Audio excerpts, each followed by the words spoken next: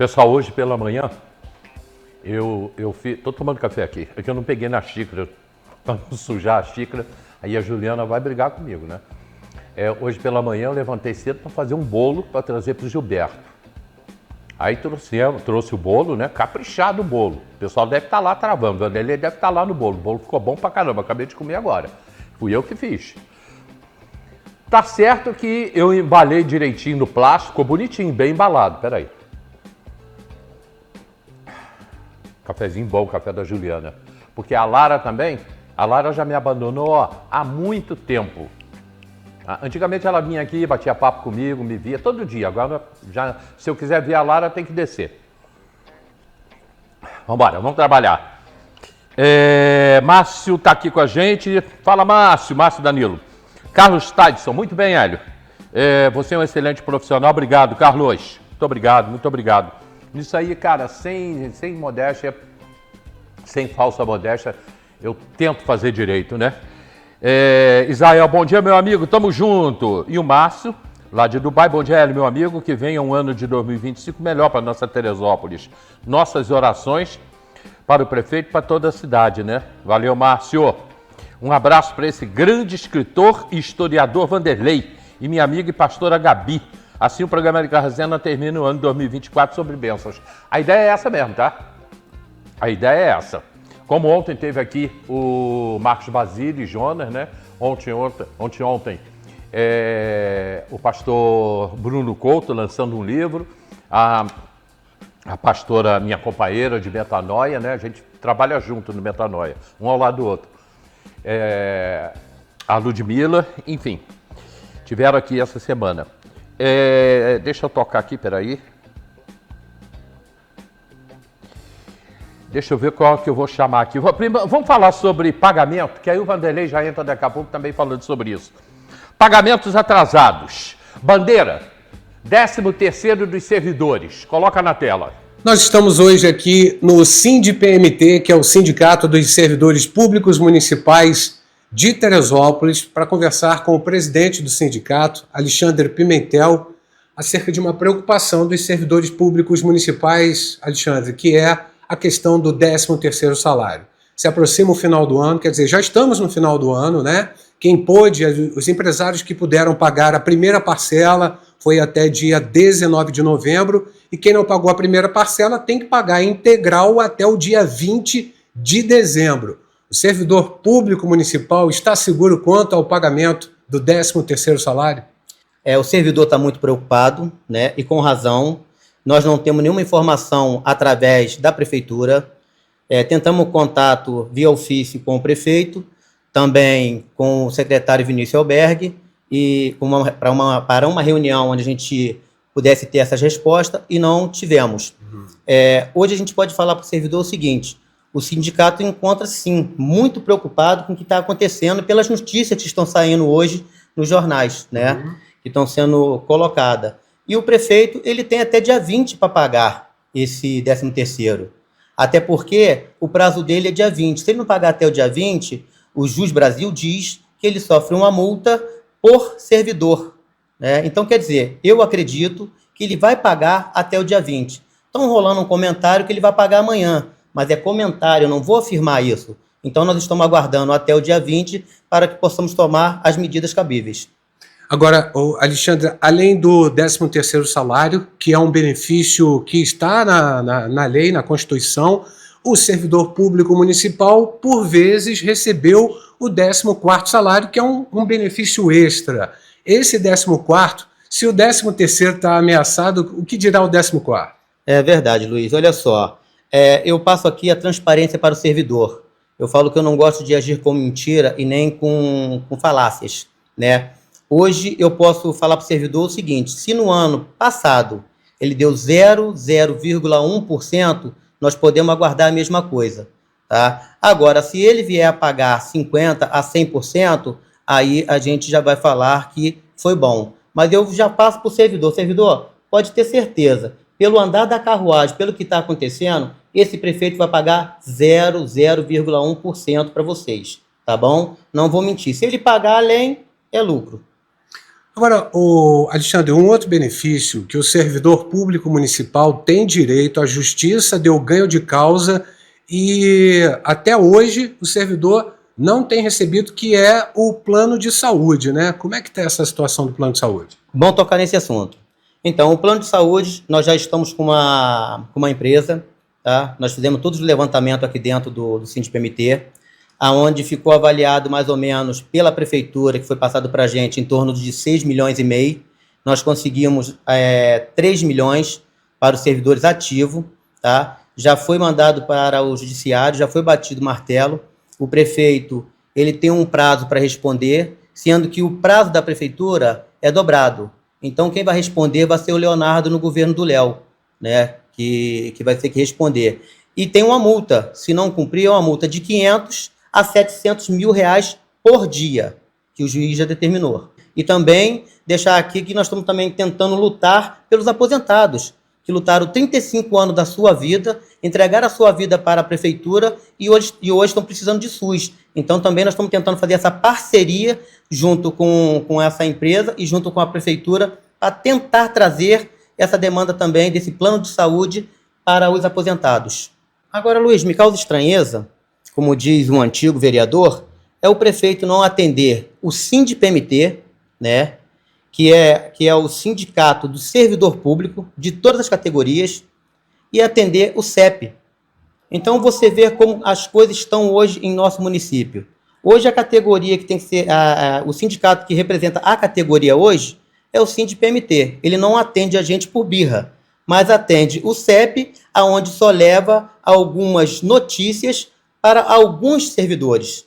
E nós não. Nós, presidente aqui do sindicato, que é o Alexandre, junto com a diretoria, a gente tenta levar informação para todos os servidores. Mas se o prefeito ele não quer atender o sindicato, se ele não quer dialogar com o sindicato, não tem problema. Até porque esse prefeito já está indo embora, né? Então, a gente tem que dialogar com o novo prefeito que vai entrar. O novo prefeito que vai entrar, nós vamos sentar para ter essa conversa, ter esse diálogo, porque o nosso sindicato hoje é na base do diálogo. Se não tiver jeito, aí a gente parte para outra situação. Mas o nosso intuito hoje é resolver no diálogo para poder trazer as demandas dos servidores, que não são poucas, são muitas.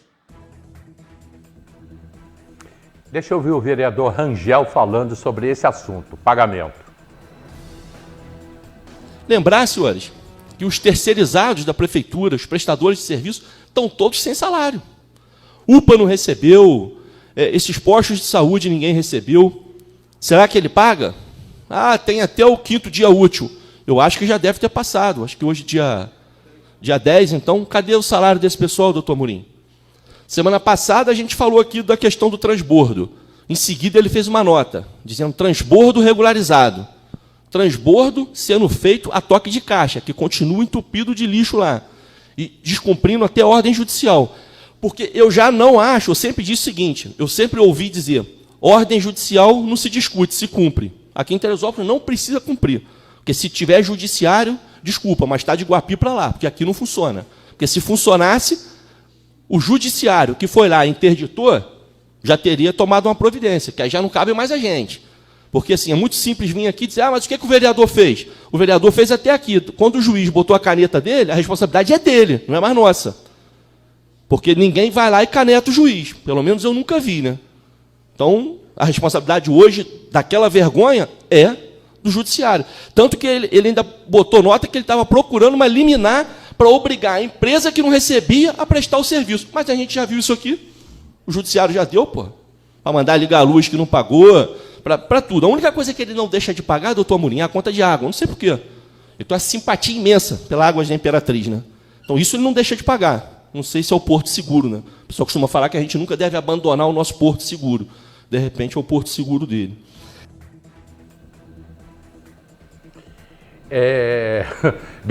Deixa eu ouvir o vereador Fidel Faria. Fidel Faria. E é muito triste saber que nós ficamos aqui 4 anos tentando produzir, brigando pelo bem da população e saber como que esse prefeito bandido vai entregar a nossa cidade. A gente vê cidades vizinhas, teresopolitanos indo para outras cidades vizinhas, ver coisas boas que foram feitas, ver o Natal. Em Teresópolis a gente não consegue ver nada que bom foi feito. E a gente não só está exportando os teresopolitanos para fazer turismo em outra cidade. Exportamos também aqueles que não têm vaga no hospital porque ele é um caloteiro, é um safado, não paga. É muito triste da gente ver essas coisas. A gente vê todos os prefeitos botar retrospectiva e feliz por 2024 ter feito isso, aquilo, colégio. O Vinícius não se entregou uma obra, um colégio, um asfalto. Não vai, pelo que eu estou vendo, vai entregar agora os funcionários sem o salário. Dinheiro tem, o que falta é gestão. A gestão dele entrou, roubou tudo que tinha, o pouco que tinha. Se é que se tinha alguma coisa. Porque não é possível, onde tinha dinheiro, hoje não consegue se pagar, não consegue se entregar uma obra, não consegue se ter remédio, não consegue se ter merenda. E vai botar fake news igual fizeram. Falar que o que falaram do nosso prefeito eleito. Ladrão de merenda é o Vinícius. É porque o filho dele não estuda em colégio público. Eu não sei como que ele consegue se manter as coisas tão escusas e obscuras depois de tudo que foi feito. Quantos colégios faltaram merenda? O André viu, a comissão viu, todos os vereadores sabem, a população sabe. Mas por que uma grande parte da cidade quis excluir isso, não quer falar que o Vinícius é bandido, ladrão e safado? Porque isso ele é. É o pior prefeito da história. Nunca se entregou nada para ninguém. Só roubou o pouco que tinha em Teresópolis. Não tem uma rua asfaltada. Não tem um ponto de ônibus. Não tem nada feito.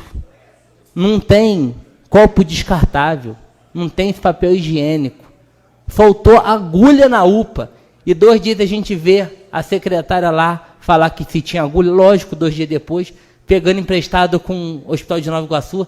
Essa semana é triste, não tinha medicação de sedação na UPA. Estava implorando o HCT para ver se emprestava. O HCT não empresta mais, porque tudo que pegou emprestado não pagou.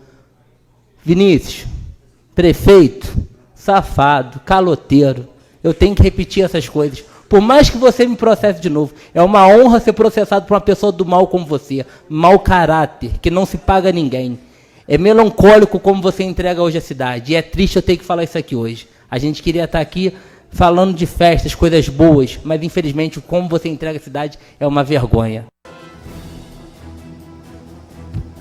Rapaz, tu ouviu, Vanderlei, ó, o pessoal da saúde O Bertrão falou que eu falava uma vez que quando era verdade não era bom falar, não.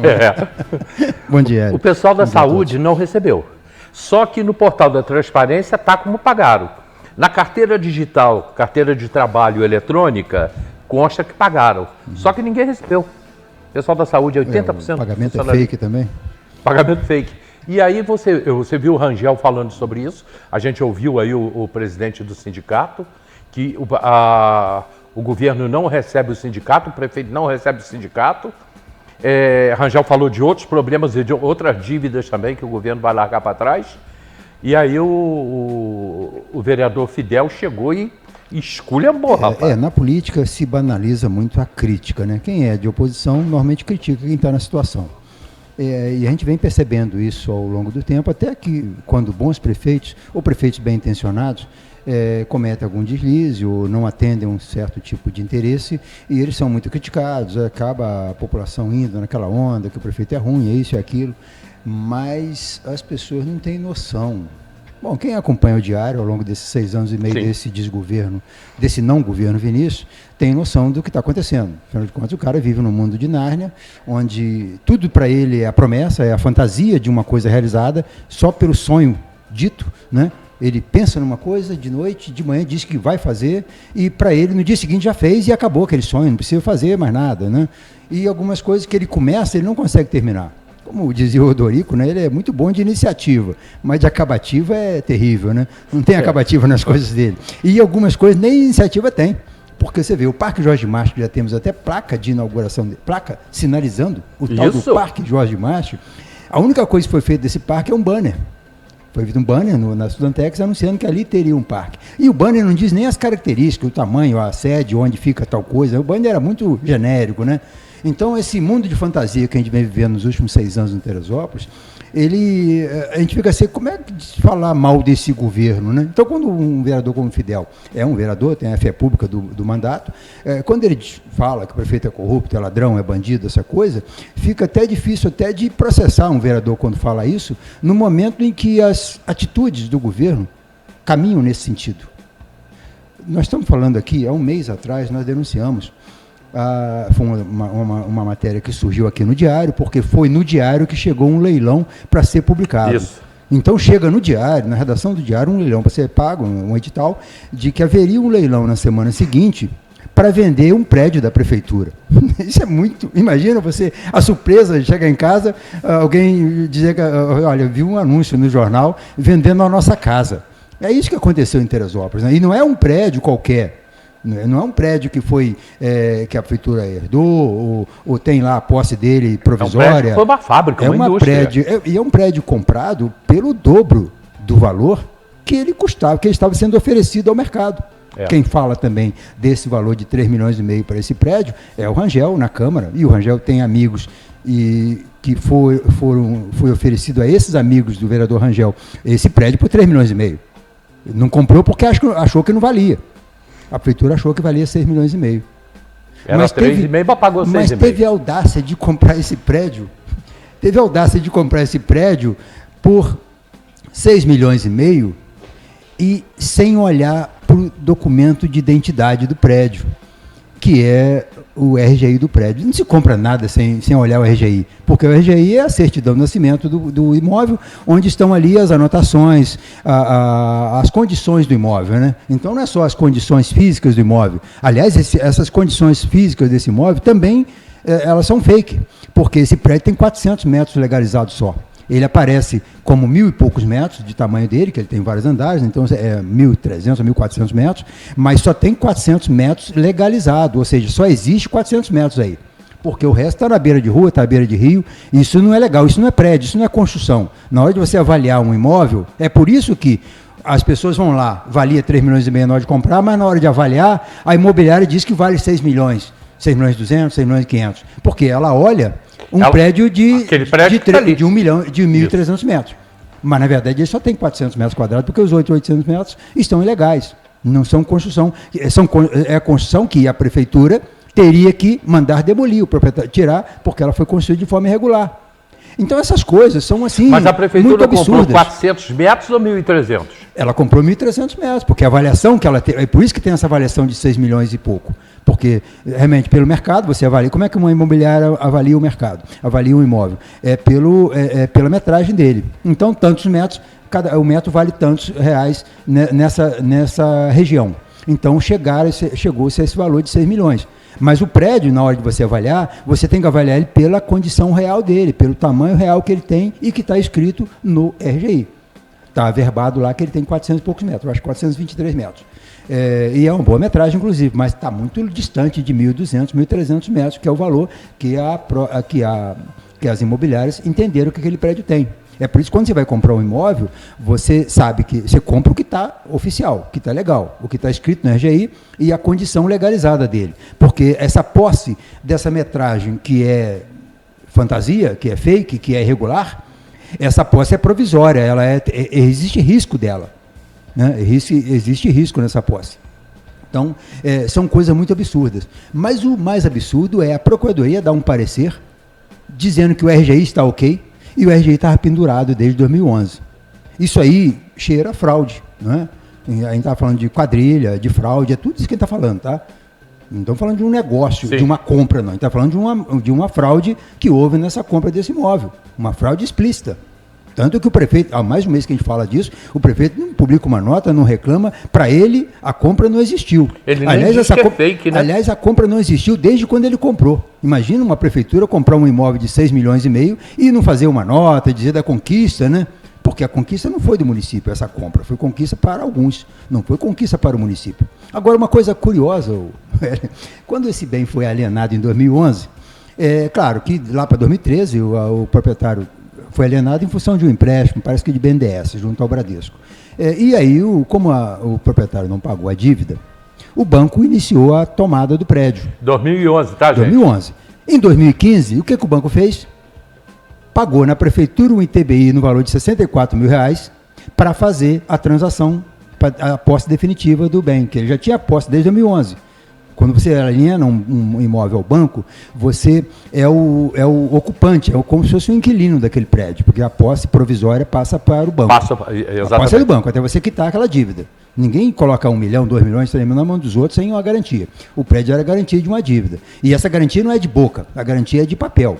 Você tem que passar uma escritura do imóvel para o banco para ele fazer a alienação. E essa alienação também não era uma conversa entre o pegador do empréstimo e o gerente do banco, não. É uma alienação real, com documento em cartório e tudo, né? Então, ou seja, ele pode passar o bem para o nome dele. Como não foi pago até 2015, o banco tomou as providências para fazer a transferência do imóvel para o banco, em 2015.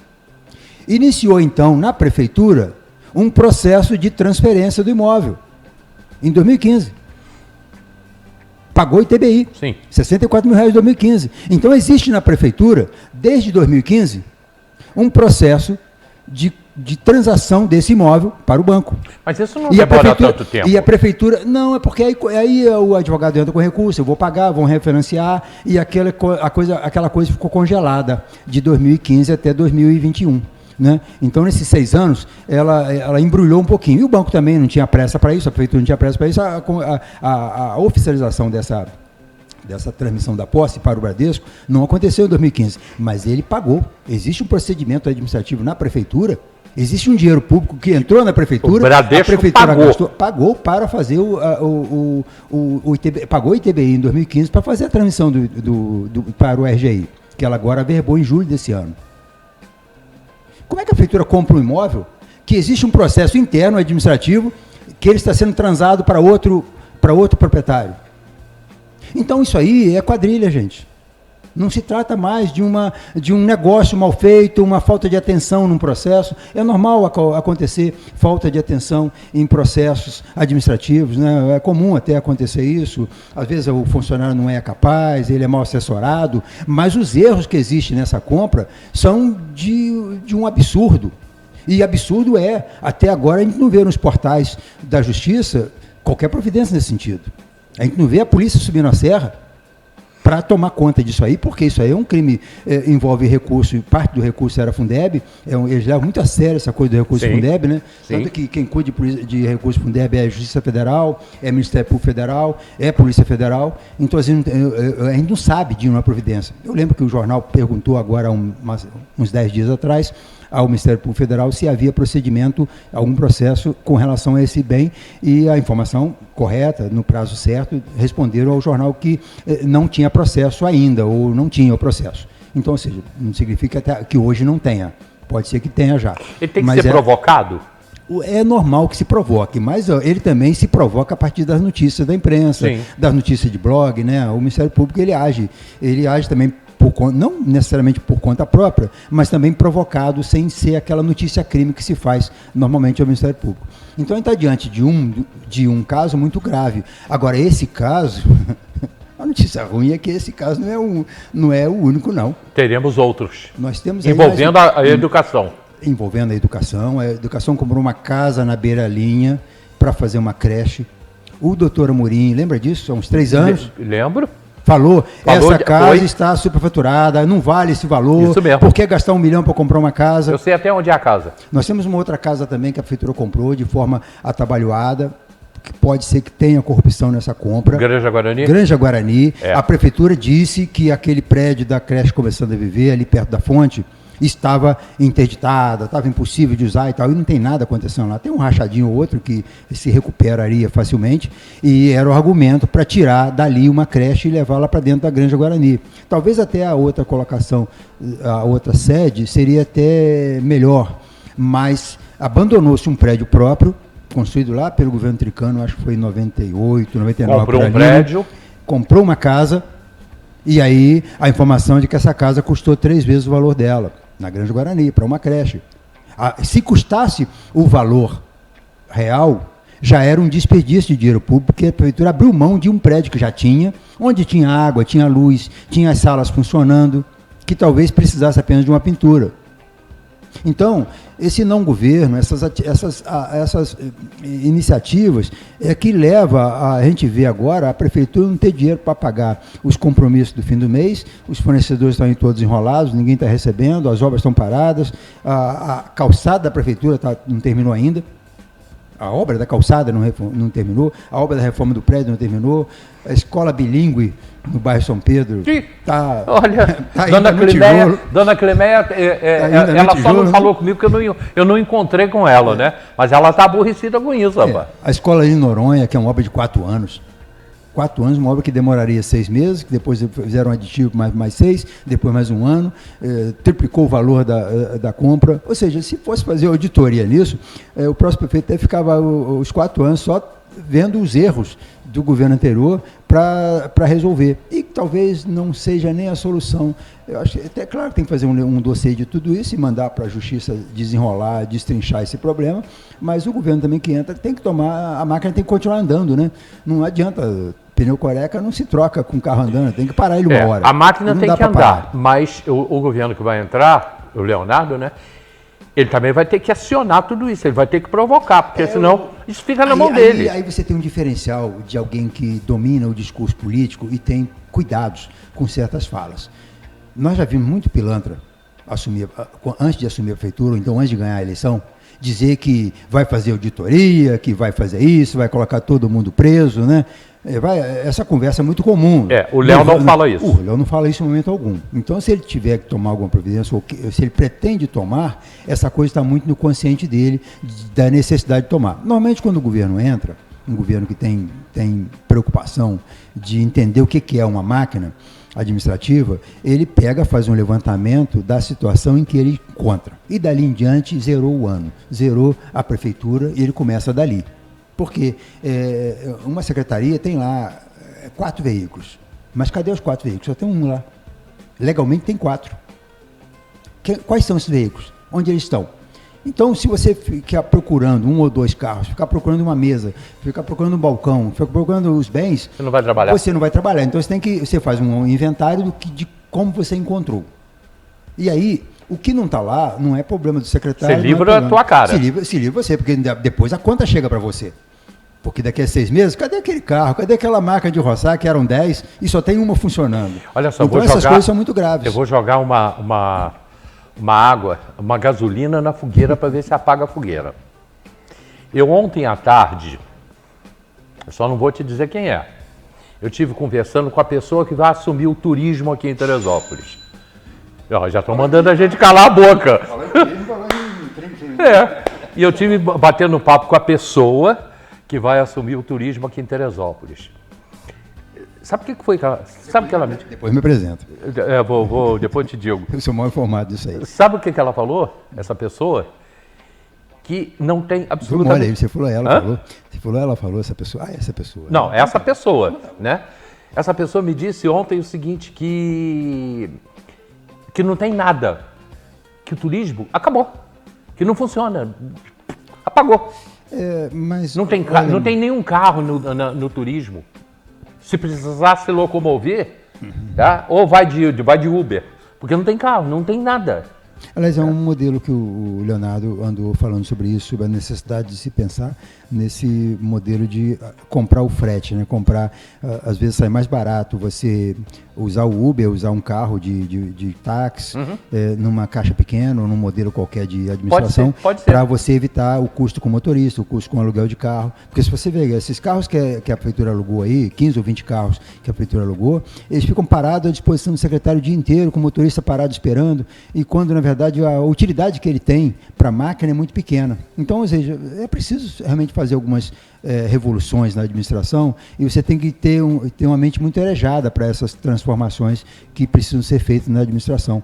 Aquele modelo antigo de frota enorme, quantidade de motoristas, isso está meio que passado já, entendeu? Hoje nós estamos na época do Uber, na época do transporte rápido. As coisas também, você não depende tanto de se locomover, você faz muitas reuniões virtuais, né? Então essa coisa, claro, o prefeito precisa de um motorista à disposição dele, em tempo real, inclusive além até das 12 horas dele de trabalho no dia, até à noite mesmo, tem um motorista à disposição para levar ele em qualquer lugar, as emergências acontece uma chuva forte, ele precisa de 3 horas da manhã ir no Vale da Revolta ver o que está acontecendo lá, num bairro qualquer, então é necessário. Mas essa estrutura de mordomia para algumas secretarias é desnecessário. Você vê aí secretarias com 4, 5 viaturas paradas, as viaturas da Defesa Civil, carros alugados e carros até que eles compraram, carro com 3, 4 anos de idade. Tudo quebrado. Parado, nascendo mato. É, tudo quebrado. E com motorista não trabalhando, porque não tem Vamos carro para comercial. dirigir. Está na hora. Tá na hora, já Isso é gritou, bom. mandou a gente calar a boca aqui.